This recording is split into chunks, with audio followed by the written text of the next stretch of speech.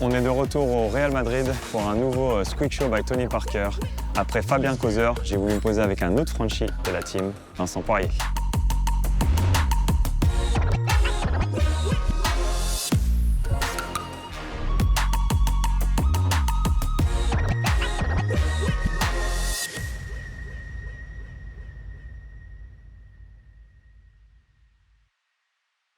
Merci Vincent, merci de prendre un peu de temps. Ma question elle est simple, hein. La première question c'est ça fait quoi de jouer au Real Madrid? Moi c'est ma première fois ici, première fois que je viens chez toi là. C'est sympa, hein. Ça me fait penser à la NBA en fait. Ça doit être un des seuls clubs en Euroleague où ils ont un training center comme ça qui ressemble à la NBA. Ouais. Bah, déjà ce que ça fait c'est que moi j'étais un fan de foot, tu vois, donc le Real pour moi c'était incroyable. Et puis voilà, en basket, c'est vrai qu'en Europe, c'est rare que quelqu'un fasse mieux, de par les installations, parce que les installations, on a aussi des chambres, et ça, t'as pas en NBA. Ça veut dire que tu peux dormir ici? Tu peux dormir ici, ouais. Okay. On a là où il y a la cantine, chacun a des chambres, donc il y a les footeux qui ont des chambres et nous. Et donc tu peux dormir là quand tu veux, après les déplacements, quand tu rentres tard, etc. Donc voilà, ça déjà, il n'y a pas en NBA, je crois. Non, j'ai pas vu de... non, il n'y a pas ça en NBA, non, c'est clair.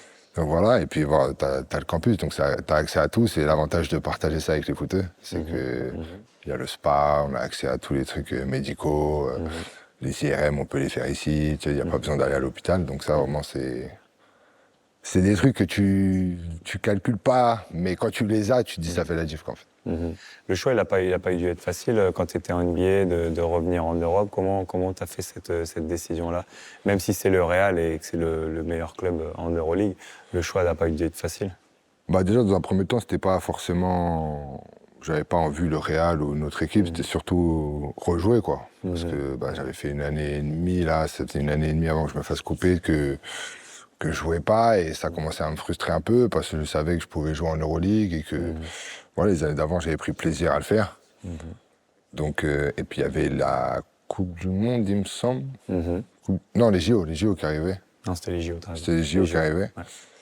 Et j'avais envie de les faire, donc fallait jouer, quoi. Donc quand je me suis fait couper de Philly, enfin quand j'ai été trade à New York et que je me suis fait couper, je me suis dit c'est l'occasion de repartir et d'aller reprendre du rythme, d'aller reprendre plaisir à jouer, voilà, j'avais pas non plus, j'étais jeune, j'avais 28 ans, j'avais pas envie de rester sur le banc et attendre, tu vois, donc j'ai dit direct à mon agent, ouais, moi je veux retourner en Europe. Et le Real Madrid a été rapide sur ça, parce qu'il venait de perdre Gabriel Deck qui était parti lui à OKC. Donc c'est vrai que ça s'est fait assez rapidement, et voilà, j'ai pu rejouer. J'ai pu rejouer, participer au JO après, et voilà, donc je pense que c'était un bon choix. Non, ça c'est sûr. Mais après, tu en gardes quand même une expérience positive. Hein. Tu as quand même réalisé ton rêve, tu es quand même allé en NBA. Non, voilà, c'est ce que je me dis avec le recul, c'est que voilà, j'ai commencé le basket archi tard. Jamais j'aurais pensé aller en NBA dans ma vie. Tiens, déjà, tu peux nous réexpliquer un peu, pour expliquer un peu aux gens qui nous regardent. C'est vrai que tu as commencé super tard, toi. Ouais, alors je faisais du foot. J'ai toujours fait du foot, toujours un fan de foot, etc. Et puis à 17-18 ans, moi, mes potes faisaient du basket au lycée, donc du coup, ils se sont dit, ouais, viens faire du basket, tu fais 2 mètres 8. Parce que tu t'es dit, je suis peut-être un peu trop grand pour le foot, là. Ouais, pour moi, ça n'a jamais été un problème, dans le sens où j'aimais ça, donc je m'amusais. Mais c'est vrai que les dernières années, je prenais un peu moins de plaisir, j'étais pas trop dans le truc. Donc tu jouais dans un club? Ouais, je jouais dans un club, je jouais libéraux, défenseur. Et voilà, donc ça a été pas un changement où je me suis dit, ouais, ça va me faire mal. Donc je me suis dit, on va aller tester le basket. Et voilà, ça a bien pris, j'ai bien fait, encore un bon choix de carrière. Tu te rends compte, c'est rare hein, quand même de changer de sport à 17-18 ans. Ouais, non mais... Et d'aller jusqu'en NBA. Déjà, rien que ça, c'est un truc de fou quand même. Ouais, non, c'était... Parce que toi, en fait, quand t'étais petit, t'as jamais rêvé de NBA. Tu rêvais plus de jouer Coupe du Monde, équipe de France, Laurent Blanc, quoi, libéraux, quoi. Je regardais le PSG, tu vois. Et Mais jamais je pensais pas être pro. C'était mon rêve d'être pro au foot, tu vois, mais je savais que, bon, à 17 ans, ça commençait à être compliqué. Donc voilà, je m'amusais, et voilà. Mais quand j'ai changé, en fait, ça allait tellement vite, parce que tout de suite, j'ai eu ma licence. Donc les gens plus haut, ils ont dit, bah, une licence d'un gars de 2,10 m, on l'a jamais vu, on veut le voir. Donc on m'a demandé de venir à certains endroits pour faire des tests. J'ai été à l'INSEP avec Vincent Pourchaud à l'époque. Donc assez rapidement, tu touches au monde pro, on va dire. Et tu te dis, bon, bah, vas-y, let's go. Hein. Moi, je sais pas quoi faire de ma vie. Les études, c'est pas trop. Enfin, voilà, je sais pas trop quoi faire, ça m'intéresse pas trop. Et voilà, au bout de 6 mois, j'ai fait des tests à Levallois. Et ils m'ont dit, bah, reviens tous les lundis. Donc, tous les lundis, j'y allais. Et à la fin, j'ai eu mon contrat à Espoir. Et voilà, après, c'était parti, tu vois. Le premier coach qui a cru en toi, on peut attribuer ça à Freddy, qui t'a lancé. Thomas Drouot. Ah, quoique Thomas. Ouais, Thomas Drouot, c'est lui qui m'avait vu. Et voilà, il a pris le pari de prendre un gars qui avait jamais joué au basket. Et on le voyait, hein, quand j'y allais, c'était les juniors Mbida, Landing Sané, et je me faisais dunker dessus tous les lundis, et j'étais content, et je revenais. Mais ouais, c'est le premier à vraiment avoir poussé tout le monde pour dire non, vous inquiétez pas, on va y arriver. Et après, ouais, Freddy, quand Antoine est parti et que j'ai pu jouer, et voilà, là, c'était lancé. C'est quand que c'est devenu après un objectif d'aller en NBA, où tu t'es dit, franchement, je pense que je peux y arriver? Franchement, je vais dire que c'était ma 2e année à Vitoria. Donc là, t'as quel âge? J'ai 23. Bah, c'était l'année d'après où je pars. Donc, ouais, même plus, 24, 25, quelque chose comme ça. Parce que l'année d'avant, voilà, il y a des scouts, je sais qu'ils sont là, machin, ça regarde. Et voilà, l'année d'après, je fais une grosse saison et je me dis, bah, s'il y a une saison où je dois partir, c'est celle-là. Il n'y en aura pas d'autre, c'est maintenant ou jamais. Et voilà, et devant l'année, tu apprends que les Celtics, ils te voulaient pour les playoffs. Bon, je trouvais que ça, partir comme ça, faire le changement en pleine année, en pleine saison, c'était pas top. Et voilà, et puis après, bah, l'été arrive, et puis t'as les contacts qui commencent, tu vois, t'attends la free agency. Donc là, t'as 25, 26, là? Ouais, j'ai 25, 26, ouais. Ouais, t'es arrivé tard, ça me fait penser à Fabrizio Oberto. Nous, il est arrivé, je crois, à 29, 30 ans, pour la saison NBA. Un des plus vieux rookies de. Ouais, c'est ça. Mais c'était exactement ça, parce que j'arrivais et j'étais déjà plus vieux que les gars qui étaient là, Jason Tatum, Jalen Brown, Marcus Smart, j'étais plus vieux qu'eux, tu vois. Donc, dis-moi, les gars, plus vieux que je veux bien être rookie, mais sur certains trucs, il y en a d'autres. Et en plus, il y avait 4 autres rookies cette année-là. J'ai dit, utilisez eux, parce que moi, je suis plus vieux que vous déjà, c'est bizarre. Et t'en gardes des bons souvenirs de Boston? Ils ont un super public, c'est une ville très basket. Ouais, non, mais après, nous, on a vraiment vécu le truc à fond, on était en centre-ville. Voilà, moi, à chaque fois que j'allais au TD Garden, c'était incroyable, tu vois. Je voyais le TD Garden de chez moi. Enfin, toute l'atmosphère autour de Boston, c'était dingue. Et on a vraiment kiffé la ville aussi. La ville on a vraiment bien accroché. Et voilà, je me suis dit, je sais pas pour combien de temps je suis là, on va utiliser au maximum, donc les installations, le fait qu'il y ait 1000 coachs qui soient là, que tu puisses travailler. Donc voilà, j'ai utilisé ça au maximum pour pas avoir de regrets et de se dire, ah, j'aurais pu faire plus. Je peux toujours faire plus, mais je me dis, voilà, j'ai quand même donné de moi et essayé de réussir quand même dans ça. Après, voilà, les opportunités, les trucs, bon, ça dépend pas de toi forcément, mais je pense que j'ai fait ce que je devais faire en tout cas, et j'ai essayé de faire et ça n'a pas fait. C'est la vie, tu vois. T'arrives au Real et vous gagnez un titre, vous gagnez l'Euroleague. Ouais, non. Tu te rappelles quoi de l'année dernière? D'abord, je la perds. Ouais, d'abord tu la perds. D'abord, je la perds d'un point. C'est vrai. D'un point. Donc là, tu te sens comment alors cette première année alors? Bah, on perd l'Euroleague d'un point et après on gagne la Liga, donc. Bon, tu finis avec un titre quand même, t'es un peu dégoûté de l'Euroleague, etc. Mais tu te dis pas c'est facile, tu te dis mais je peux le refaire chaque année, en vrai. On peut le refaire, on est au Real. En plus, c'est l'objectif du Real, de toute façon, chaque année. Et tu sais, tu gagnes des matchs et tu te dis, ben, il n'y a que le Real qui gagne comme ça. Mais que ce soit au foot, au basket et tout. Et tu te dis, ben, s'il y a une équipe où je peux gagner l'Euroleague, c'est le Real. Et après, on gagne l'Euroleague avec une histoire incroyable où on perd 0-2 contre Partizan. Et à la fin, on gagne sur un buzzer de Sergio Llull. Bah, en fait, c'était écrit, genre, c'est trop facile. tu marques Sergio Llull va marquer le dernier panier, on va gagner l'Euroleague. Bah, c'est quoi ton premier sentiment quand il met le tir et que vous gagnez l'Euroleague? Bah, déjà, moi, j'étais blessé au mollet.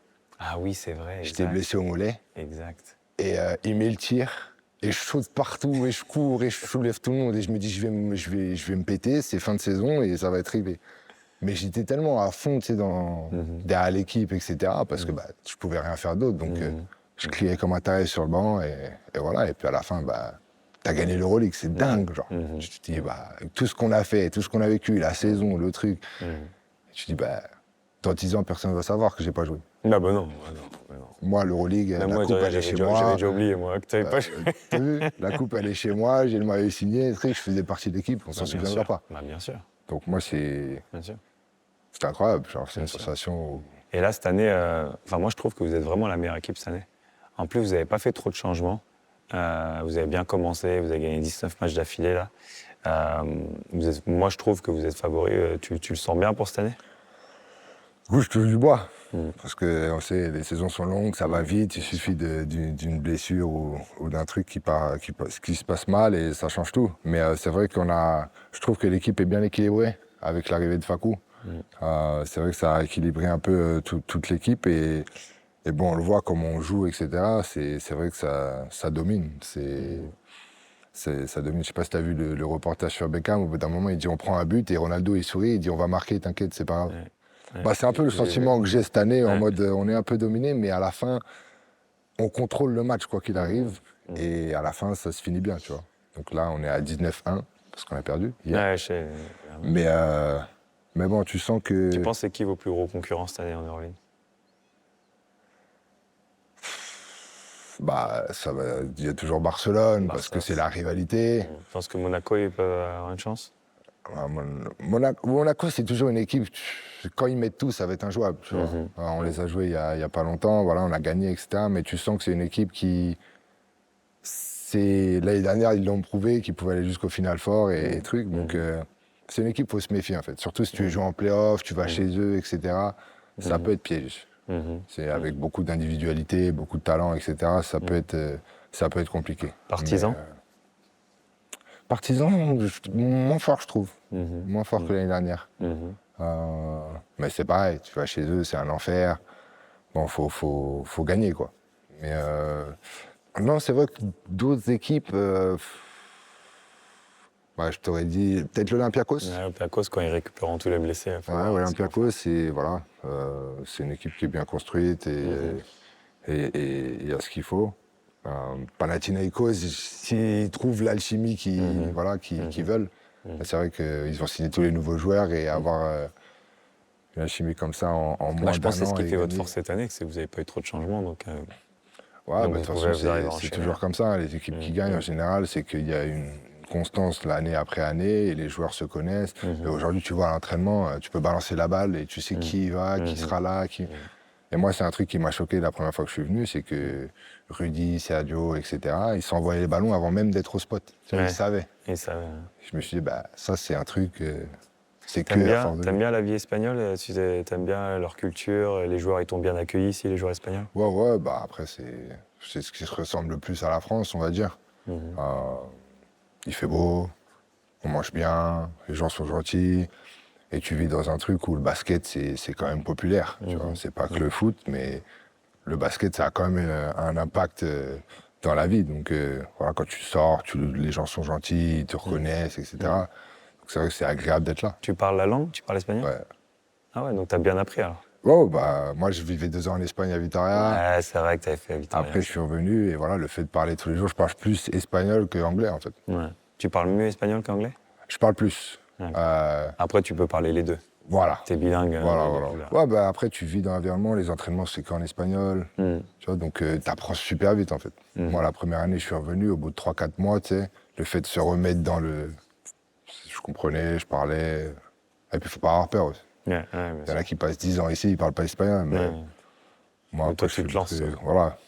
Moi, au pire, je fais des erreurs. Voilà, mais moi, c'est ce que Vas-y, parle français, on va voir qui, tu vois. Moi, je dis tout le temps, quand tu apprends une langue, de toute façon, il faut faire des erreurs parce que de toute façon, le cerveau, comme ça, il se rappelle de tes erreurs. C'est ça, on va te corriger, on va te truc, et puis... Exactement. Et puis, je te dis, vas-y, parle français. On va voir.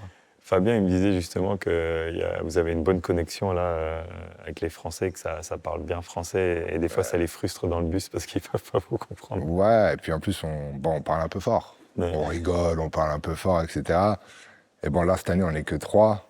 Et il y a un Sénégalais qui parle français, donc voilà. Mais l'année dernière, on était 4 avec Peter, on est aux 4 coins du vestiaire, donc tu vois, ça crie en plein milieu. Et c'est vrai que, bon, je pense pas qu'il kiffe. Il y a des fois, bon, taisez-vous un peu. Mais bon, c'est comme ça, tu vois. On aime bien parler, on aime bien échanger. Et le fait qu'ils ne nous comprennent pas aussi, ça nous arrange. Non, c'est clair. Et tu te vois au Real dans le futur? Tu te vois rester là ou tu as envie de faire une autre expérience? Je sais pas. Ouais, c'est pas. Je sais pas. Moi, j'aime bien le Real, j'aime bien la vie, etc. Et tu sais, c'est toujours ce truc de dire l'herbe est plus verte ailleurs ou pas. Ouais. Je pense pas. Mais c'est vrai qu'il y a des opportunités des fois où tu te dis pourquoi pas essayer. Voilà, je sais pas. Ça dépendra. Ça dépendra. Là, j'ai que 30 ans, il me reste encore des belles années. Ah donc, ouais, on va voir. Là, c'est ma dernière année de contrat, donc on verra, ce qui se passe. On verra ce qui se passe. Et par rapport à l'équipe de France, t'aimerais revenir en équipe de France, j'imagine? Ça dépend. Bah, on m'a dit des choses l'année dernière, donc j'aimerais, si on me reprend, j'aimerais savoir c'est quoi la différence. C'est quoi la différence? Donc voilà, pour l'instant, j'y pense pas. En vrai, j'y pense pas. Je t'ai dit à plusieurs journalistes, etc., qui m'ont posé la question. J'ai dit, moi, je suis concentré sur ma dernière saison avec Madrid. L'équipe de France, que ce soit février ou cet été, c'est pas du tout dans ma tête. Voilà, on parlera le moment venu avec le coach, etc. Mais pour l'instant...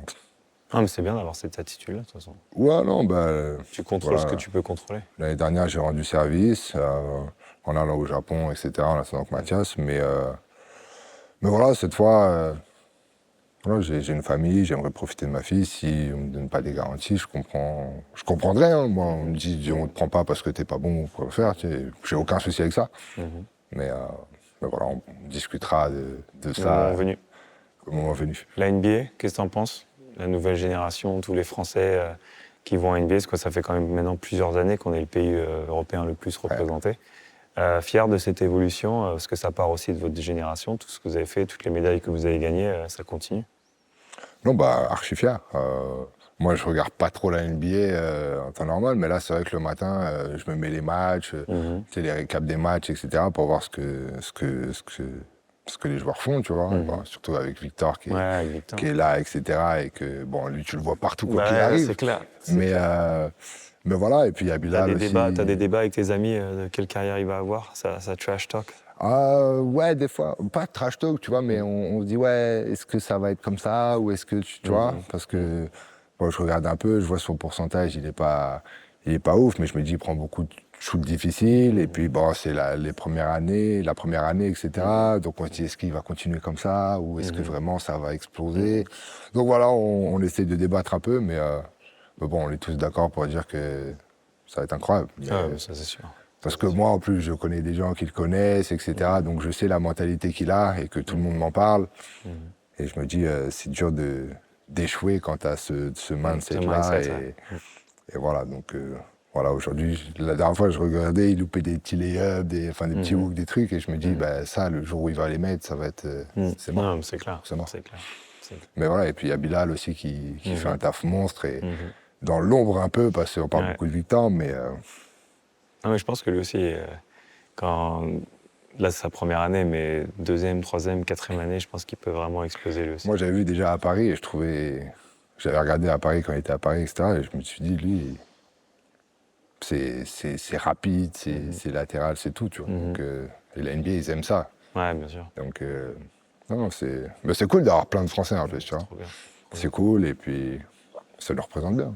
On va parler un peu foot là, parce qu'on est quand même au Real Madrid quand même. On va parler un peu foot. C'est qui pour toi ton GOAT alors, au foot?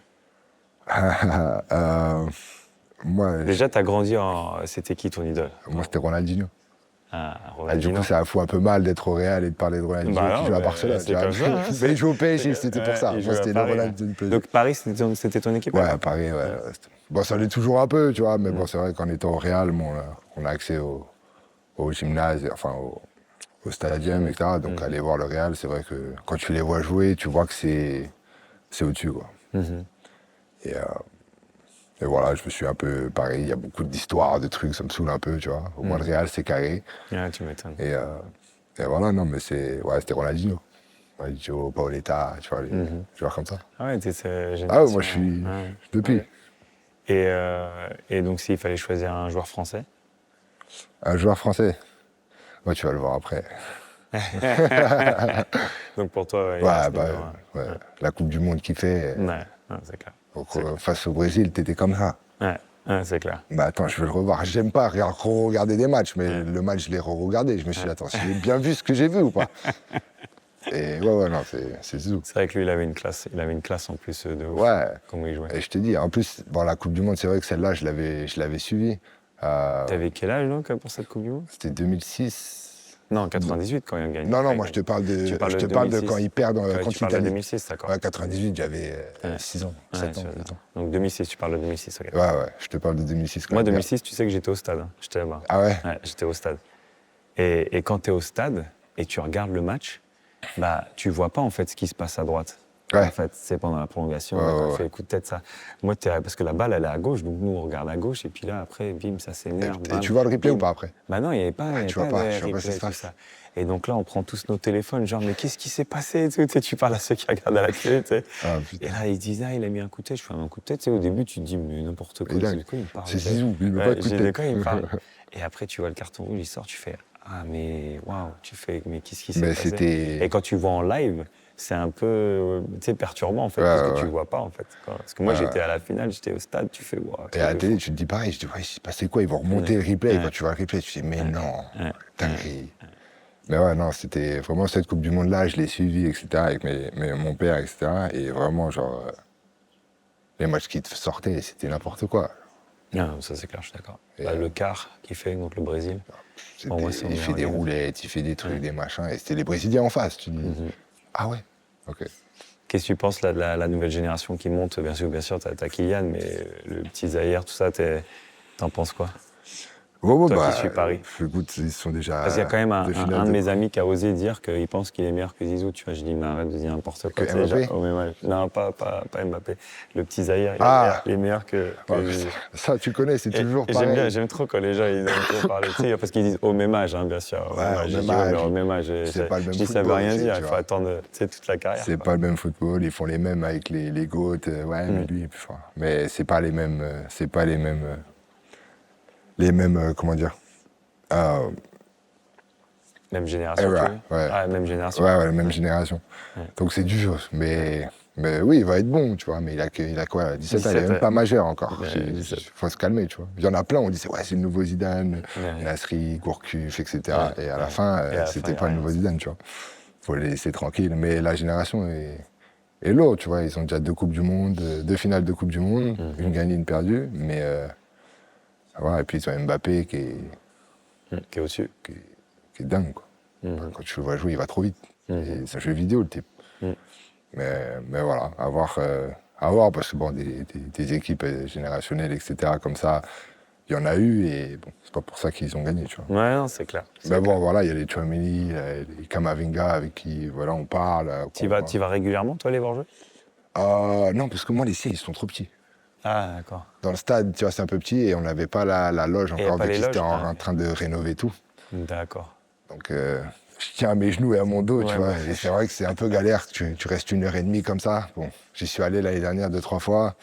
Là, j'y suis allé. Je suis pas encore allé cette année, je crois. Mais voilà, moi, je parle avec eux. Donc, quand j'ai besoin d'y aller, ils me mettent une place. Et voilà. Et puis, c'est cool d'aller là-bas, l'ambiance, etc. Il faut en profiter, tu vois. On est au Real Madrid, ça fait partie des choses où tu joues au Real, tu as accès à ça. C'est beau. Est-ce que l'été, quand tu te reposes et ça, c'est où ta base? C'est en France ou en Espagne? Non, Madrid. C'est Madrid. Ouais, j'ai acheté une maison ici, donc maintenant je suis ici. D'accord. Donc tu le vois sur un peu long terme ici. Enfin, je parle pas carrière de basket, mais au moins. Non, mais ouais, après. je me vois bien vivre ici. Parce que je pense qu'il y a tout, tu vois. Et ta famille, ils se plaisent? Ma fille va à l'école ici, voilà, ma femme est ici. Donc franchement, on aime là où on vit, on aime l'ambiance de Madrid. On n'est pas loin de tout, tu vois. On peut aller à Paris, on peut aller n'importe où et ça reste accessible. Donc c'est important aussi. Mais ouais, Paris, c'est trop... Je peux plus. Avant, j'étais Paris. Maintenant, j'y vais en week-end et fin, tu vois. C'est que dès que tu goûtes au soleil, après, tu veux plus revenir. C'est ça, en fait. Et puis la tranquillité. Tu sais, à Paris, t'as les bouchons, c'est un peu... Tout est serré, tout machin, un truc. Là, t'es tranquille, tu vois. Le matin, tu te lèves, pas de bruit, tranquille. Et bon, je sais pas si c'est l'âge, hein, parce que, bon, voilà, plus tu vieillis, plus t'as envie d'être tranquille, t'as pas envie d'être... Mais ouais, c'est vrai que j'ai acheté ici parce que je me voyais bien vivre après ma carrière, même si demain je pars. Oui, tu peux toujours revenir. Je me dis, je reviens. Tu dois jouer encore pendant longtemps? Moi, j'aimerais bien. On verra si lui, il veut bien. Mais bon, pour l'instant, tu vois, moi, c'est vrai que l'année dernière, j'avais un peu des problèmes, etc. Et j'ai réussi à les surmonter. Et aujourd'hui, ça va très bien et je me sens plus en forme que j'ai jamais été. Donc, je me dis, voilà, si ça continue et que je prends soin de moi, voilà, j'ai investi aussi. Justement, tu as fait vraiment des changements. Tu fais attention à ta nourriture, ton sommeil. Ouais, j'ai un chef. Pour durer plus longtemps. J'ai une nanny pour pouvoir pas que. Parce que les enfants, ça fatigue. C'est clair.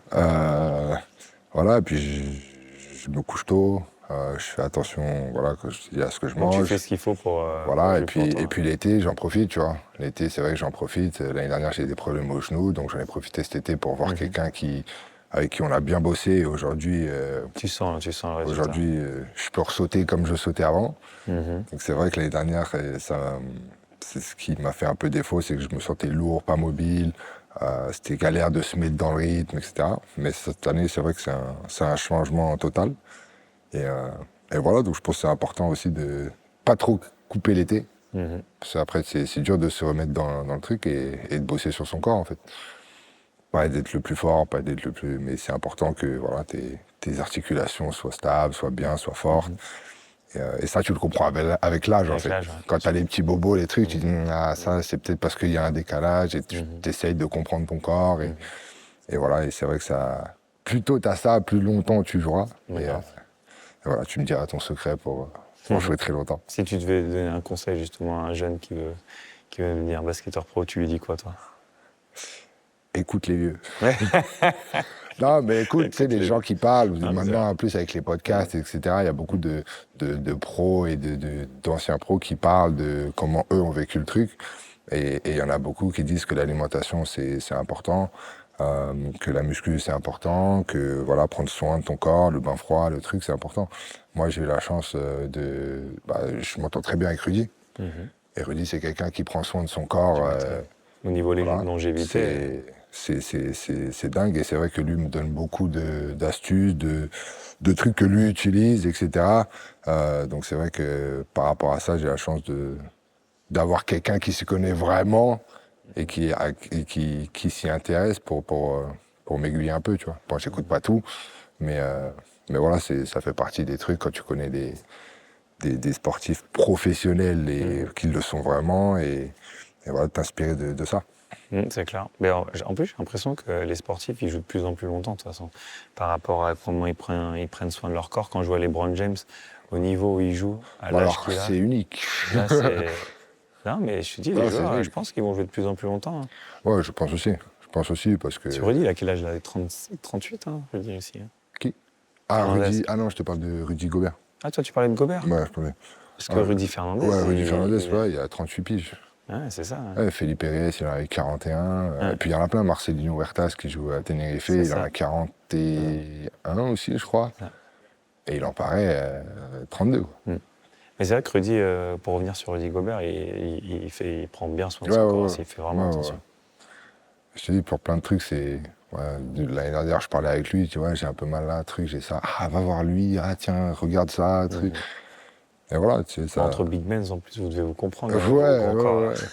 Non, mais tu sais, tu pioches un peu, tu prends pas tout, parce qu'on n'a pas les mêmes corps, on n'a pas les mêmes besoins, mais tu sais, tu pioches un peu des trucs qui te donnent. Et après, tu customises pour toi, après. Et voilà, tu te renseignes, tu parles à d'autres gens. Et... Toi, tu fais comment, tu sais, pour justement gérer ton mental? Est-ce que tu fais pas mal de loisirs? Est-ce que tu fais d'autres trucs à côté pour pouvoir couper, pour justement pas être tout le temps basket? Le truc, c'est que t'es tout le temps basket. Ouais, quoi qu'il arrive. Mais le but, c'est pour essayer d'un peu couper. Tout ce que tu fais dans ta vie de tous les jours, tu sais, c'est pas, t'es professionnel, tu t'entraînes 2 heures par jour et c'est fini. tout ce que tu fais, tu vois. Ah, on va aller en centre-ville, on va aller se balader, ouais, mais faut pas que ce soit trop long, parce que si on marche trop, demain j'ai entraînement, demain il y a match. Donc tout ce que tu fais, en fait, c'est par rapport au basket. Donc tu y penses tout le temps. Mais ben voilà, moi je suis pas, tu sais, déjà je regarde pas, tu sais, quand je rentre chez moi, je n'ai pas envie de bouffer du basket. Donc je regarde une fois de temps en temps un match qui m'intéresse, parce que c'est des gars que je connais ou machin, mais déjà j'en mange pas tout le temps, tu vois. Et quand je suis chez moi, voilà, je joue à la play, je suis avec ma fille. Des fois, je mange au resto. Tu vois, quand un match est fini, par exemple, c'est fini. Genre, je suis pas là à me prendre la tête pendant... Ouais, tu te prends pas la tête. Voilà, c'est fini. Demain, il y en a un autre. C'est l'avantage de jouer tous les 2 jours. Je vais au resto, je fais mon truc, je rigole, truc. Et je me prends pas la tête. Après, c'est vrai qu'il y a des trucs qui t'affectent plus que d'autres. Et il y a des matchs, quand t'es mauvais, tu te poses des questions, machin. Mais non, t'as des hobbies, genre... je sais pas, moi, tu joues au piano ou un truc comme ça. J'ai essayé, je suis trop nul. J'ai fait ça pendant le confinement. J'avais acheté un piano, truc, machin, mais je sais pas, j'ai un problème avec les doigts. Ça va pas. Donc, j'ai dû abandonner un peu. J'y arrivais, mais après, je dis, bon, vas-y, c'est bon. Mais hobby, moi, je te dis, j'aime rester. Moi, je suis casanier de ouf. T'es plus film ou série télé? Je suis plus film à la maison. Je me pose, je mate un film, 1h30, 2h, après j'arrête. Et quand on est en voyage, là, c'est les séries. Faut rentabiliser les heures de voyage, donc faut enfiler les séries. Mais, ton dernier bon film où tu l'as vu et t'as fait... Franchement, ça, c'est vraiment un bon film. Mon dernier bon film Bonne question. Hein. Bah, j'ai regardé Marvel, mais c'était nul. J'ai bien aimé... Moi, j'ai un film pour toi, tu pourras regarder ce soir si tu veux. Moi, je me suis refait Crash. C'est un film qui est sorti en 2005, ça a gagné l'Oscar. Pas Brad Pitt. Où tu as plein de différentes stories en même temps qui se passent. Ouais. Et après, tout est relié. Tout est relié. Ah, ça me dit quelque chose, ouais. Et ça, bien sûr, tu as toutes les différentes cultures, les Noirs, les Blancs, les Latinos, tout ça. Et à la fin du film, tout est relié. Et franchement, je me suis re-regardé ce film, ça faisait longtemps que je l'avais vu. Et j'aime bien quand tu sors du film et ça te fait réfléchir, tu fais « Ah, ce film quand même, Une série, Painkiller. Painkiller? Ouais. Ah, c'est qui? C'est une série sur l'oxycodone. Ah, c'est une série, d'accord. Ouais, c'est une série, Okay. C'est une série où il t'explique quand l'oxycodone est sorti aux États-Unis que le gars, en gros, il voulait faire un médicament ou drogue récréatif et qu'il a soudoyé plein de personnes pour que ça passe et qu'après, ça a créé des dépendances chez tout le monde. Et c'est un truc de dingue parce que tu dis c'est de la vraie vie, en fait. C'est ce qui s'est vraiment passé, ce qui se passe encore. Donc c'est basé sur une histoire vraie. D'accord. Painkiller. Painkiller, sur Netflix. On va regarder ça. Et après, tu te dis, mais attends, c'est dingue. Et tu réfléchis à trop de trucs parce que tu te dis, tu sais, toutes les merdes qui nous filent dans la bouffe, dans les trucs, ben, c'est exactement la même chose. C'est pas faux. Et franchement, je l'ai regardé parce que ma femme me l'a dit, regarde, on a regardé ça et tout, machin. Et j'ai regardé, j'ai bouffé en 2 jours parce qu'il y a 8 épisodes. Et franchement, lourd. Ok, je vais regarder ça. Regarde. Bah, merci beaucoup. Merci pour ton temps. Et puis, je vous souhaite une bonne saison avec Madrid. Et puis, on se voit le 28 décembre, n'oublie pas. Le 28 décembre, tu joues à Asvel, dans la nouvelle salle. Oui. J'espère que tu vas bien aimer. Je l'ai vu, là. J'ai regardé lourd. Écoute, on a bien bossé. J'espère que vous ne serez pas la première victoire. Parfait. Allez, bisous.